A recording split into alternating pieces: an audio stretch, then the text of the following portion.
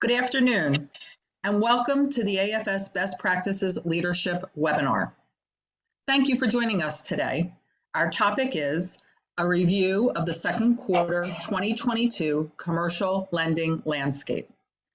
This webinar will be approximately an hour long, and our speakers today are Don Doherty, Jeremy Charlson, and Rob Lynch.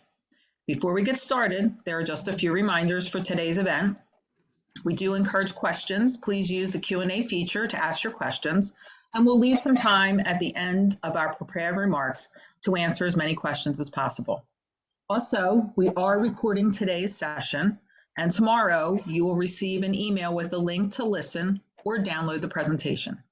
Thank you for joining us today. Don? Thank you, Renee. Hello, everyone, and welcome to our webinar, Pricing Fundamentals, a review of the second quarter 2022 commercial lending landscape. We here at AFS know how busy all of you are, and as always, we really appreciate you taking the time to join us today. We certainly welcome any comments any of you may have on today's webinar. Our contact information is provided at the end of this presentation, so please do not hesitate to reach out to us. It is worth noting that the source of the data presented today is from the AFS pricing service. You can forward, Renee. This database is the industry source of pricing trends for commercial lending and contains a robust offering of measures and dimensions, allowing banks to tailor the analysis to their own unique footprints and exposures. This database is also used to prepare our Pricing Trends monthly newsletter. Again, please reach out to us if you are interested in learning more about our pricing service or if you are interested in receiving our monthly newsletter. On slide 4 is our agenda for today, which continues to be influenced by our customers and prospects, and we thank you for your continued feedback. For today's presentation, we will start with a look at the macroeconomy and its implications for commercial loan growth and margins. Inflation continues to make headlines and is frequently cited as the driver for why loan growth has been so robust in recent months. Some fear that aggressive Fed tightening to rein in prices could tip the economy into recession, hinder loan growth, and correlate a rise in loan defaults, especially in vulnerable industries such as leisure and office. Next, we will cover recent trends in loan growth and new and renewed deal flow. Balance growth in the larger end of the commercial loan market has been strong since the start of the year. Growth for the small and mid-sized credits has been inconsistent over the last year, but fared better in the second quarter. The big question is whether banks can maintain this momentum through an extended period of high prices, supply chain disruptions, and waning business optimism. We will also look at the market trends in commercial loan pricing, spreads, and fees. Through the first half of 2022, commercial lenders have made steady progress in reducing their dependency on LIBOR, with SOFR emerging as the leading index for both C&I and CRE loans. Overall, spreads on floating rate C&I loans were up through the first half of 2022, while spreads narrowed for floating rate CRE loans. We will finish up today's presentation showing you an example of how we provide these types of pricing analytics to our clients. Specifically, we will show an example of what we call a pricing guidance file that you can think of as a way to visualize pricing opportunities and risk return deviations within your bank's own portfolio. On slide 5, we dive into the results and begin with an economic overview. Perhaps the most significant news to emerge was that real GDP contracted for the second consecutive quarter, which represents a technical recession in economic terms. However, it is important to note that many economists do not rely solely on GDP to determine whether the economy is in recession. Fed Chair Jerome Powell said at his recent press conference that the U.S. is not in a recession, citing the recent strength of monthly payrolls as inconsistent with a downturn. However, real GDP is a leading indicator for commercial loan growth, and 2 consecutive quarters of negative growth in real GDP definitely increases concern about the outlook for C&I and CRE lending for the rest of 2022. Instead of asking whether we are currently in a recession, we should ask whether the Fed, in raising interest rates to combat inflation, can successfully engineer a soft landing and prevent or stop a recession later this year or early in 2023. As we can see in the top right chart, inflation continued to soar in June, reaching a 41-year high of 9%.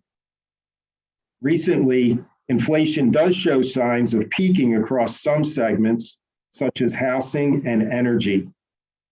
Labor market indicators, which serve as barometers for both commercial loan growth and credit quality, are throwing off mixed signals.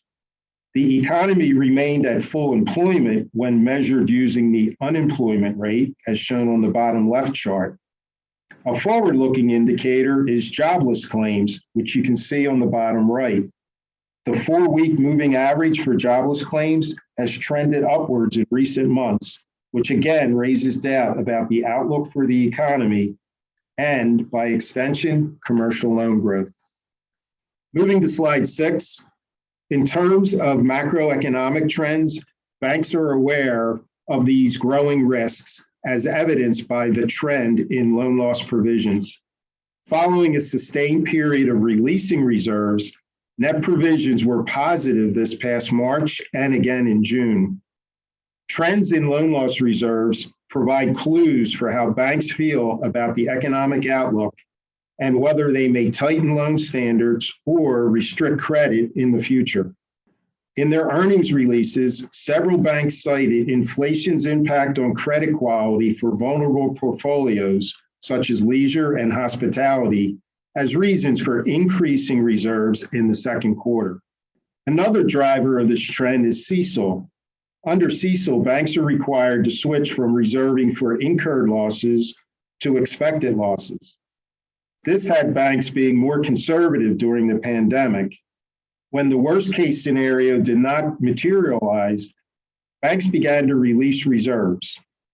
The recent increase in loan loss reserves means that banks are anticipating a modest uptick in defaults in the upcoming quarters. Next on slide 7, this article nicely captures many of these growth and risk dynamics. Loan growth, especially C&I loan growth, was robust through the second quarter of this year. One of the drivers cited was normalization in line of credit utilization rates. After sinking to historically low levels during much of the pandemic, utilization rates are trending upwards. We'll see more on utilization rates a little later on. An interesting point made here is that a reversal in the bond market and higher corporate credit spreads has made bank borrowing more appealing relative to capital markets financing. Today, we will examine loan growth trends by commitment size to see whether larger borrowers are driving the recent rebound in commercial loan growth. The high levels of commercial loan growth raises questions about sustainability and questions about whether some banks are growing the balance sheet too aggressively in an economy that is sending mixed signals. In today's pricing and fees section, we will examine loan yields by risk category to see whether banks are pricing adequately for the credit risk. And now for the next part of today's presentation, I turn it over to Rob Lynch for a closer look at commercial loan growth and its drivers. Thank you, Don. Next slide, please.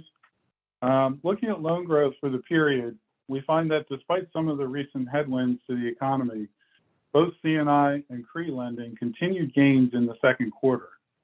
Here we've plotted a trend for monthly loan growth rates over the last year. Note that the C&I figure includes PPP, or Paycheck Protection Program loans. After a modest start to the year, CRE lending showed steady growth from March, despite several banks expressing concerns about exposure to office and lodging properties. Since March, C&I lending continued strong growth even while the Fed began raising interest rates. On slide 10, we look at loan growth by size. This chart shows month-over-month loan growth for C&I bilateral loans, excluding PPP, broken out by those loans less than $5 million, the blue series, and those greater than or equal to $5 million, the orange series. As this chart depicts, the larger size range has shown greater growth over the last year than the smaller size range. It's clear that the larger deals with their typically better risk profile have been fueling much of the growth over the past year. So to summarize these first two slides, balances for commercial lending increased in the first half of the year despite the interest rate increases and other macroeconomic headwinds. Those balances were fueled primarily by larger sized deals. It'll be interesting to see if that trend continues in the second half of 2022. On the next slide, we break down loan growth by geography and industry. In the left-hand chart, note that Texas, Ohio, Florida, and New York all had large increases in loan growth. In all four states, finance and insurance was the largest driver of growth. Other industries contributing to growth in these states is retail trade, information, and healthcare, and specifically hospitals in the healthcare sector. From an industry perspective, the right-hand chart shows that transportation, air, water, and truck, finance and insurance, and manufacturing, machinery and electronics, all exhibited strong growth in the second quarter. Transportation was strong in Texas and Minnesota, specifically Houston and Minneapolis. Finance and insurance was strong in a number of markets, but specifically Alabama, Texas, and in Texas, the Dallas area, Florida, and New York. Manufacturing, machinery, and electronics was strong in California, especially Los Angeles and San Jose. On slide 12, we're going to take a deeper dive into finance and insurance and manufacturing industries. The left-hand chart shows that all the subsectors for finance and insurance exhibited growth, while insurance carriers showed the highest percentage of growth at 18.4%. It was really funds, trusts, and other financial vehicles that provided the largest overall volume in terms of dollars. And in the right-hand chart, we see a breakdown of subsectors for manufacturing of machinery and electronics. Large increases in computer and electronics, mostly in computer storage devices, and electrical equipment appliances, were the main drivers of growth. There was a small decrease in machinery manufacturing, primarily attributed to agriculture, construction, and mining machinery. On slide 13, we drill down to a core-based statistical area, or CBSA level. On this slide, we take a look at loan growth across the country and highlight the largest growing CBSAs. You can view this as a heat map of sorts, with the larger bubbles indicating the strongest growth cities. In the second quarter, the Dallas metro area showed strong growth, coming primarily from finance and insurance and information. In the South, Birmingham and Tampa both had substantial growth, and for both of these CBSAs, growth was primarily attributed to finance and insurance. In the middle Atlantic, Baltimore was strong across a broad array of industries, but most notably apparel manufacturing.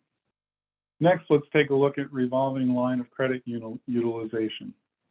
As we highlighted in previous webinars, line utilization is a key component of loan growth, and during the last 2 years has been below historical averages.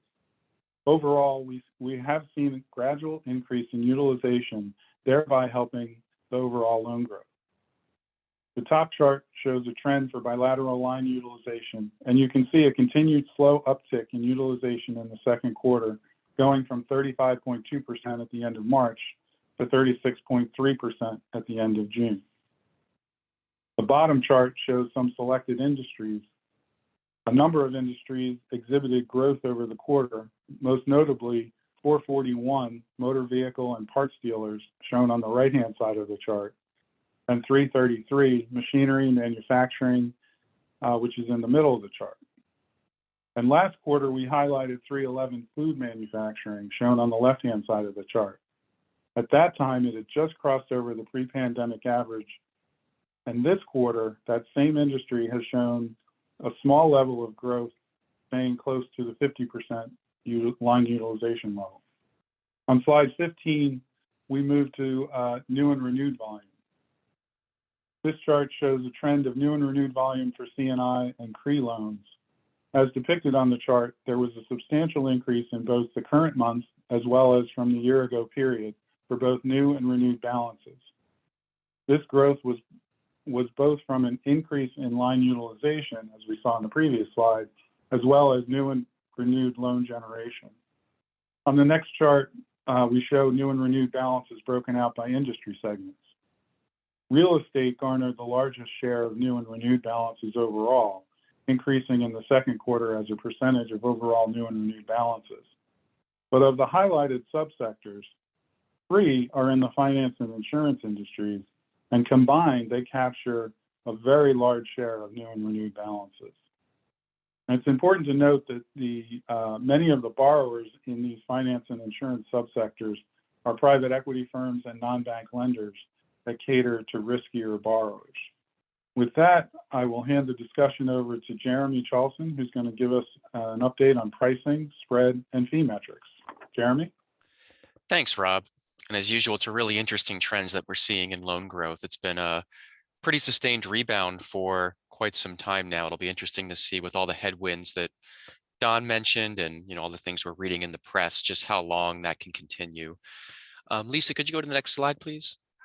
So we wanted to just give you a brief overview of just some of the broader pricing dynamics before diving into some of the C&I loan rates and spreads. What we have here is a picture of the yield curve on the left, and then from the bond market, a picture of credit spreads on the right.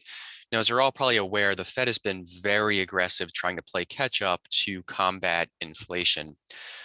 That's resulted actually in an inversion of the yield curve, at least if you look at the inversion as measured by the difference in the 10-year Treasury and the 2-year Treasury. And we've annotated where on that line on the left, you can see when the Fed had raised rates. That's an important benchmark because typically this is correlated pretty well with predicting recession. So when that 10-year, 2-year spread inverts, almost always we've seen a recession follow in the months ahead. So it's really got a lot of commentators talking more about whether or not we're in a recession now, whether there will be one later this year, in 2023 perhaps, and what that could mean for bank lending and margins as well. There's another metric that we like to look at too, which is actually the difference in the 10-year note and the Fed funds rate. And actually, Fed is on pace to invert that spread as well, which again will have more commentators talking about a recession and the implications for loan growth and credit quality. So a lot of really interesting dynamics there that are going to not only impact loan yields, but possibly impact loan growth as well. The picture on the right there, that's actually showing corporate credit spreads. Again, this is the bond market. I know it's not perfectly analogous to what you might see in the commercial loan space, but it does give us a sense for kind of broader risk appetite in debt markets. And that's usually a proxy as well for how banks feel about credit risk. What you can see here is that if you look at the difference between a BBB bond and a AA and then just the other risk grades as well, credit spreads are widening. Now, that's significant for a number of reasons. One is what I just mentioned, that the risk appetite, if you will, is declining. Investors are demanding more for a given level of risk. And so that's going to possibly have some implications for what we're seeing in terms of how banks are pricing bank loans relative to different risk grades. But this is also significant because when credit spreads widen, it makes capital market financing less attractive. And that actually can have a positive impact on C&I loan growth. The reason being for corporations that have access to capital markets, if credit spreads are widening, perhaps bank loans become more attractive. And that could be one of the reasons why, as kind of Rob noted, despite some of the broader headwinds in the economy, we're still seeing loans grow at a very, very rapid clip. So a lot of interesting dynamics behind, kind of underlying the or a lot of interesting drivers in terms of commercial loans and a lot of interesting things in the macro economy. Certainly all of this is going to play in terms of bank margins and loan growth. Next slide, please. So we wanted to see kind of analogously if rates were rising faster for non-investment grade loans versus investment grade loans. These are pictures of C&I loans on the left and CRE loans on the right. So we saw that credit spreads are widening in the bond market. We wanted to see if we're seeing a similar trend take place for commercial loans. And what we actually found, if you look in the left-hand chart there, so not surprisingly, loan yields, weighted average interest rates are up substantially over the last few months for both investment grade and non-investment grade C&I loans. That's because of the Fed rate hikes, no doubt. They've been kind of keeping in pace with the increase in the Fed funds rate. But what's really interesting here is that actually over the last couple of months, the investment grade loans have risen faster than the non-investment grades. So that's different than what we're seeing in the bond markets when we look at credit spreads. I think what's going on here is what you might call a normalization in C&I loan pricing. So what do I mean by that?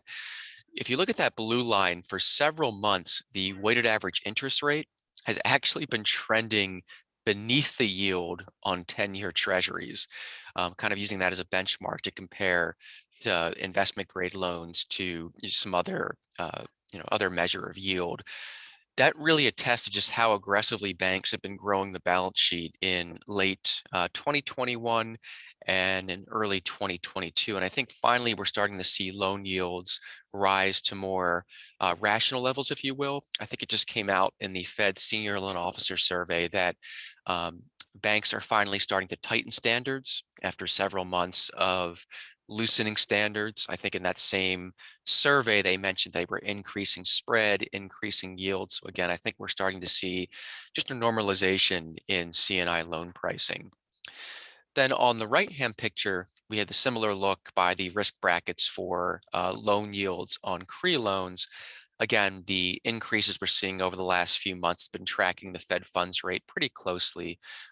Is interesting to note that for the non-investment grade loans, CRE loans are priced higher than C&I, or at least had a larger uptick year over year.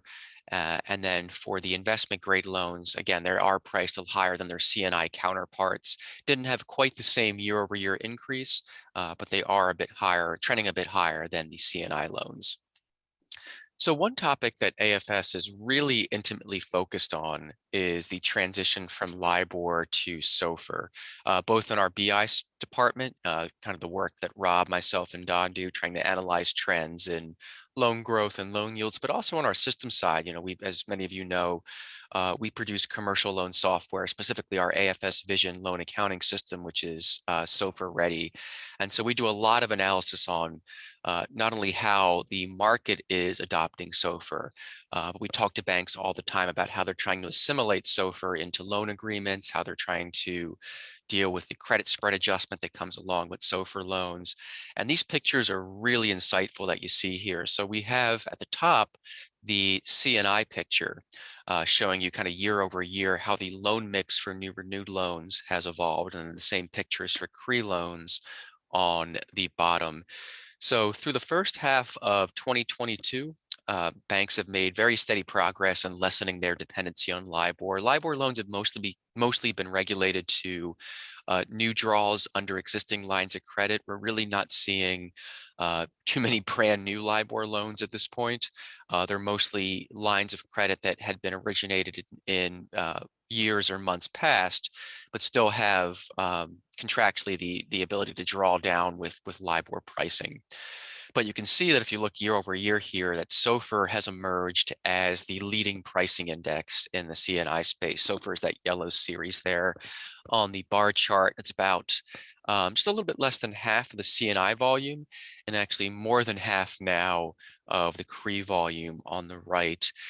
There's actually perhaps even a more interesting story that's somewhat camouflaged, by this chart here since it's at 100% distribution, but fixed loans in the C&I market, fixed loans being the blue slice there, they actually increased 50%. The dollar volume of fixed loans were up 50% year over year. So with rates going up, it could be that a lot of corporate borrowers are trying to lock in now. Perhaps that's why we're seeing a lot of that big uptick in borrowing that Rob highlighted. It could be pulling some that increase in rates and inflation and all these other factors could be pulling some of that demand forward, where banks or not banks, but customers rather are trying to make their investments now, take out loans now before the cost of credit becomes too high. So that's a really interesting trend that we'll pay attention to as well. And we'll actually show you in a moment some of the yields that banks are getting on those fixed loans. I also wanted to point out on this chart as well, it's not a huge slice of the market, but if you look at that red series there, those are loans tied to BSBY. They've been seeing it's not nearly as widely adopted as SOFR, but we are seeing some banks actually prefer BSBY over SOFR. One of the reasons for that is that recall that unlike LIBOR, uh, or BSBY as well, and other types of credit sensitive rates, SOFR is a secured rate. It's collateralized by treasuries and thus requires a credit spread adjustment. That can make things a little bit more difficult when trying to book these loans, trying to explain that to the customers, whereas BSBY, like LIBOR, is credit sensitive and already kind of has that component built into the rate. So for some banks, BSBY has been a more attractive alternative than SOFR.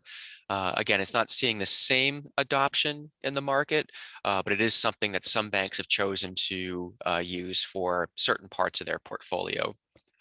As mentioned, one of the challenges with SOFR loans is that it requires a credit spread adjustment. Again, SOFR is collateralized by treasuries. It's a secured rate. It is not unsecured as LIBOR or BSBY are.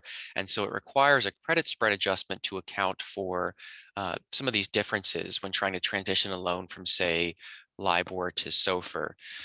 What we've done here is try to approximate how banks are accounting for what you might call that credit spread adjustment needed for SOFR loans. Now, in recent periods, the spot differential between LIBOR and SOFR has been pretty low. That's because really prior to just the last few months, rates have been low before the Fed had been significantly raising interest rates. But in recent times, we're starting to see that diverge. And that's also going to diverge the spot difference between LIBOR and SOFR. That's going to widen more during periods of stress, again, because of the fact that SOFR is a secured rate and LIBOR and BSBY, they are credit sensitive. And so what we're seeing here, what we tried to do is look at the proportion of loans that transitioned from LIBOR to SOFR, how many of them had an increase in spread when they transitioned? So just trying to approximate that credit spread adjustment here on this particular slide. And what we found is that on average, over 50% of the loans that transitioned from LIBOR to SOFR did have an increase in spread. And that spread increase ranged from about 13 to 19 basis points, which is in line with the LIBOR SOFR market accepted differential for 1 to 3 month tenors. Now, there could be other factors accounting for these increases. It could be the change in the credit worthiness of the borrower, for instance, or changes in the structure of the loan. They did not seem to be material factors here. I think what you're seeing here, the reason why the spread increased when the loan transitioned from LIBOR to SOFR was indeed because banks had to account for the credit spread adjustment. Now, many banks have acknowledged challenges with implementing the credit spread adjustments, ranging from trying to focus on simply securing a renewal in a competitive situation to not wanting to upset the customer. to not yet having internal consensus on bank policy for how to account for these credit spread adjustments. And I think it's actually worth noting that approximately 1/3 of the loans that transitioned from LIBOR to SOFR had no change in spread, implying that there was no credit spread adjustment included. So a lot of really interesting dynamics here. SOFR does pose challenges in a lot of ways that can make it more difficult for the RMs to try to explain this credit spread adjustment to borrowers. And of course, that's going to be even more complicated in kind of a period of market stress here. So it's a really interesting dynamic in the marketplace, and one that we'll continue to monitor very closely. Again, we're really speaking with banks about how they're trying to assimilate this into their policies with their RMs, and we'll certainly keep you abreast of that and kind of what best practices are in future webinars. So the next couple of slides examine how commercial loans are being priced today. Now, loan growth has been a major focus for banks over the last several months, and in bank earnings presentations, a lot of them have cited that competition is still very fierce for loan volume. In particular, a lot of non-banks now are kind of encroaching on the SME and even the middle market space in some cases. And while competition usually results in decreasing loan spreads, it's actually not what we're seeing, at least not for C&I loans. So what this chart here is focused on, these are bilateral loans tied to SOFR, the picture for C&I on the top, and the picture for CRE on the bottom. And what we're seeing is that actually for C&I loans, if you look over the last couple of quarters in the top left chart there, spreads on loans tied to SOFR have been increasing. It hasn't been a substantial increase, but they have trended up through the first half of the year. And again, I think I had mentioned the Fed Senior Loan Officer Opinion Survey, where some banks have said they've tightened standards. Some banks have said that they've actually increased loan spreads as well. We're seeing that reflected here, at least in the C&I space for SOFR loans. We're seeing increases on a year-over-year basis across pretty much it's spanning the deal size spectrum. It was actually the larger relationships, those that were greater than 5 million in size, that had the biggest increase in terms of SOFR spreads year over year. You can see that on the top right picture. A little bit of a different story for CRE. SOFR spreads for CRE loans have come down. They were trending up in 1Q, and then we had a pretty sizable decline in the second quarter. Not sure what to make of that just yet. I think what's driving that is some of the bigger CRE deals. You can see on the right hand there, the bottom right, that for CRE loans tied to SOFR, the spreads actually widened for the smaller loans, and it was the bigger deals that had more of that erosion. So I think it was just some larger CRE deals that drove that spread decline. But generally speaking, we're seeing some spread increases for SOFR loans, and that's a positive finding, especially in light of kind of all the competition that we hear about anecdotally. So we have a similar picture here for the prime loans in our database. And what we can see here for prime, again, for C&I loans, we're seeing spreads increase for the first half of the year. It's a little bit more volatile, the prime activity. That's because for most banks, prime isn't quite utilized as frequently as, say, SOFR loans or LIBOR. We do see prime utilized more down market for the smaller deals, but for the larger relationships, it is utilized less frequently. And so sometimes it can be a bit more volatile, that trend. But thankfully, the prime spreads have increased over the last couple of quarters. And again, we're seeing that span the deal size spectrum. If you look on the right there for C&I loans, spreads on prime loans less than 5 million in size, they were up about 3 basis points year over year, and also saw a modest uptick in the greater than $5 million segment. It's interesting that, and we're not seeing this as much now as we were, say, a few months ago, but for some banks, prime has actually been utilized as a substitute for LIBOR. So we kind of mentioned some of the difficulties with SOFR loans, trying to assimilate that credit spread adjustment into bank policy, trying to negotiate that with customers. Some banks have actually chosen to utilize prime as a temporary substitute. as they transition away from LIBOR. In some cases, we're actually seeing negative prime spreads where banks are trying to make them more LIBOR-like, if you will, by incorporating a negative spread for the prime loans. So that's been an interesting dynamic. That's been more regionally focused. We're seeing some of that seeing more of that happen, say, in the west region of the country for some reason, but definitely an interesting trend to follow as well, that some banks are utilizing prime as a LIBOR substitute. And then we have the picture for prime CRE loans on the bottom. Now, prime is not utilized as frequently in the CRE market as it is in the C&I space. We do see a material amount of CRE loans tied to prime, but not too many. And for the CRE loans that aren't tied to prime, spreads have been declining now for the last couple of quarters, and those decreases were reflected across the deal size spectrum. You can see both loans, CRE loans under 5 million and greater than 5 million, both had a pretty substantial decline. Now, when examining fixed pricing, a neat way to visualize it is across term length. You can think of it kind of like a commercial loan yield curve, if you will, where we take the fixed interest rates and distribute them across the term length spectrum.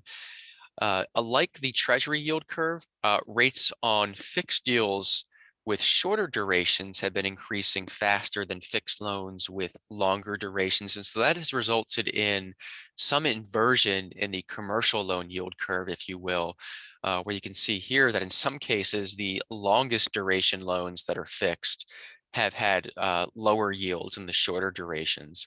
I think that speaks somewhat to the competition we're seeing in the marketplace, and again, to maybe customer preferences for why they're borrowing right now.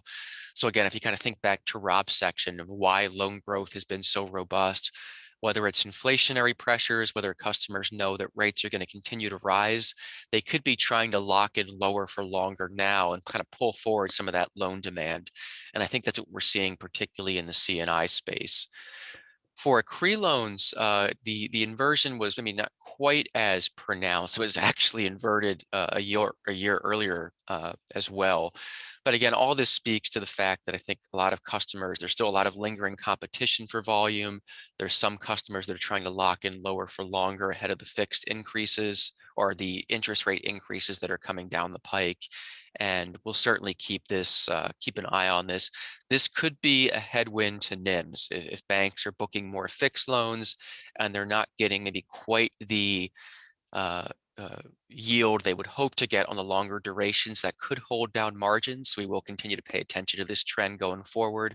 Again, competition and then just customers just demanding lower for longer. All of that's reflected in these particular pictures. Now, while certainly there are market forces impacting all banks, we know intuitively that pricing varies widely by geography. And this map here is an evidence of that statement. Yeah, you can think of this map kind of as a heat map, if you will, in which the darker shades represent states with higher weighted average interest rates. So for example, PA, where AFS is located, that has a fairly high interest rate. It has a darker shade there. It's 351 bips as of 2Q, whereas a market like California has a much lower weighted average interest rate at 292 bips. So this kind of variation and rates and colors, it really exists even if we were to focus on like for like loans. If you filtered for a particular risk rating or you filtered for a particular industry, we still see this level of geographic variation across the countries. And I think it's just because some markets are more competitive than others. California, for instance, where we're seeing that low yield as of 2Q, we hear that competition in California is very intense. I know there's been many new entrants targeting this market due to its large population and GDP size. But even within states, there's actually a great deal of dispersion across local markets as well. We actually have an example of that on the next slide, where we can kind of show you, if we drill down into CBSAs, just how much pricing can vary across banks. And what we've done here is we've actually looked at really narrow market segments. So we're just focused on C&I bilateral loans. I've isolated for a risk grade, those being not investment grade loans tied to SOFR. And what you see is within each of the CBSAs plotted along the x-axis, these are all large markets in terms of loan volume. You can see the dispersion in loan yields or I'm sorry, spreads rather, across the bank. So you can see the bottom quartile bank in blue, the median bank as the orange series, and then the green bank being the top quartile. So even when we look at like for like loans, even when we look at within a particular geographic market, a local market, bank pricing varies widely across the participants. There are a multitude of explanations for this. It could reflect RM performance in different banks. You know, just some banks have maybe a stronger RM force than others, or maybe a more aggressive RM force, if you will. It could reflect bank policy. Some banks right now are tightening spreads and tightening standards, and that could account for why some banks are getting higher spreads in these markets. But it's really just shows you just how significant pricing can vary, even when you look at like for like loans. When we onboard a bank into our pricing service, we always like to do a look like this for their geographic markets and show them where they fall along the spectrum of banks. It's always a really insightful view, and one that really kind of shows you or gives you a sense for what opportunities you might have to maybe move towards the top quartile position. Now, here we look at spreads or spread changes by industry, and specifically we're focused on bilateral SOFR spreads and looking at that change year to date from 4Q to 2Q by sector. Now, SOFR has seen wide adoption across the industry spectrum. Some sectors are more heavily concentrated in SOFR than others, but it definitely is widely used across most sectors. And we were interested in just seeing among these sectors which had the highest change in spread, and conversely, which might have had spread erosion. And you can see that spreads vary widely by the industry spectrum, both the level as of 2Q and the year-to-date change in terms of spread. In terms of increases, the industries that we saw that had the highest spread increase were utilities, admin support, agriculture, and leisure. All four of those sectors had a significant increase in spread over that period. I'm not surprised to see that for agriculture and leisure. They're riskier sectors, so maybe banks are tightening standards there. Interesting that if you look actually next to leisure on the far right of this chart, accommodation and food, which is another industry where banks are really laser focused on right now as a potential weak area, spreads actually declined over the last year for that particular segment. So it really just shows you just how widely spreads can vary across the industry spectrum. One of the analyses we like to do with banks is actually look at how their mix, meaning their industry distribution, affects their margins. You know, so we have banks where uh, banks that are similar in asset size and even similar in terms of how their policies are in terms of pricing and their index preferences. But we had actually recently, we did an analysis for two banks, two peer banks, where one had a dramatically different industry distribution. And it was actually that sector composition that explained most of its underperformance in terms of spread and loan growth relative to its peer bank. So industry is another dimension we do a lot of analyses around. And certainly for banks that we onboard into the service, we always try to quantify just how much your sector mix is influencing your pricing results. Because you can see here, sector is another major driver of pricing in the commercial loan space. Now, fees are another important component of loan pricing that's sometimes forgotten. And again, when we onboard a bank into our service, one of the first things we do is analyze fee trends in their footprint. Here we have kind of the national picture for upfront fee performance. The blue line is how often banks are assessing fees. So it's a fee incidence metric. So the way you read that is that of all the new renewed loans in June, about 20% of them were assessed with an upfront fee in the period. And the average fee level of the loans that had a fee is depicted by that red or orange series on this chart. Now, fee pricing, whether you look in terms of incidence or levels, they both declined year over year. It wasn't a substantial erosion, but they did come down over the last year or so. What I also think is interesting is that these two series, the amount of times that banks assess a fee and the average level, there's a moderately strong inverse correlation between these two lines. So when banks get high, when they assess fees more frequently, they tend to get a lower fee level. I think it's kind of a supply and demand effect going on there, kind of like we see sometimes with loan volume and spreads, where when loan volume increases, the spreads go down. I think a similar dynamic or a similar relationship is visible here. Again, now this can vary by sector, it can vary by size, and actually on the next slide here, we can look at these pictures by deal size. We can look at upfront fee levels by various size ranges on the left, and then the upfront fee incidence, again, distributed by size on the right-hand picture. For upfront fee incidence, we see much wider variation among the banks in the lower end of the market. So these charts here, the weighted average for the markets, the blue series, and then the tails capture the incidence rates and the fee levels across the various banks. We see a lot more dispersion in the lower end of the market. So less than 5 million is where fee performance, both in terms of levels and how frequently banks get fees, it varies much more widely. It's interesting, and I think the reason for that is there's probably more of an opportunity to assess fees down market.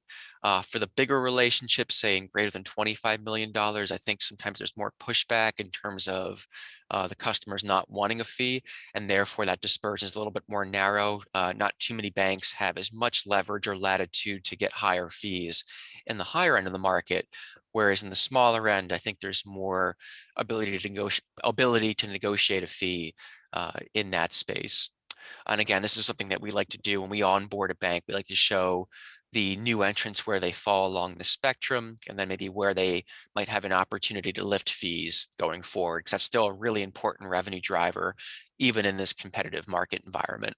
Now, we had had a chart earlier here in this webinar that was looking at utilization rates, and utilization rates have been climbing. Actually, they would have been climbing higher. The increase was actually tempered by the fact that in some cases, banks increased credit lines for borrowers. And so that's really got us focused more on whether or not for lines of credit, banks have a policy or something in the loan agreement to give them the ability to assess an unused fee in the case of lines of credit that are not being utilized as much as they could be. And so what we're looking at here is annualized unused fee levels by bank for C&I bilateral loans. And again, you can see that if we look at kind of the dispersion across the banks, the colors being the min bank, the bottom quartile, the market average, and so on, the practice of assessing unused fees really varies widely by bank. For some banks, it's a matter of policy. Other banks are more willing to waive this type of fees, but that disparity is really reflected here in terms of what we're seeing in terms of the differences among the bars. This will vary by sector and by line of business. Again, the deviations we illustrate and pinpoint when we onboard a new bank, we always like to look at, well, is this a phenomenon concentrated in a particular sector? Are some regions, for whatever reason, able to assess unused fees more frequently? We always like to do that drill down, but you can see here that unused fees, the market average is about 18 bips, that level, but there is substantial variation across the banks, again, attesting to just how it can vary by policy among the institutions. So before we take some time for questions, we did want to show you an example of how we deliver data and information to clients participating in our pricing service. So one way we do it is through an online dashboard, which focuses on high-level market trends, kind of like what you see, the charts you saw here in this particular webinar.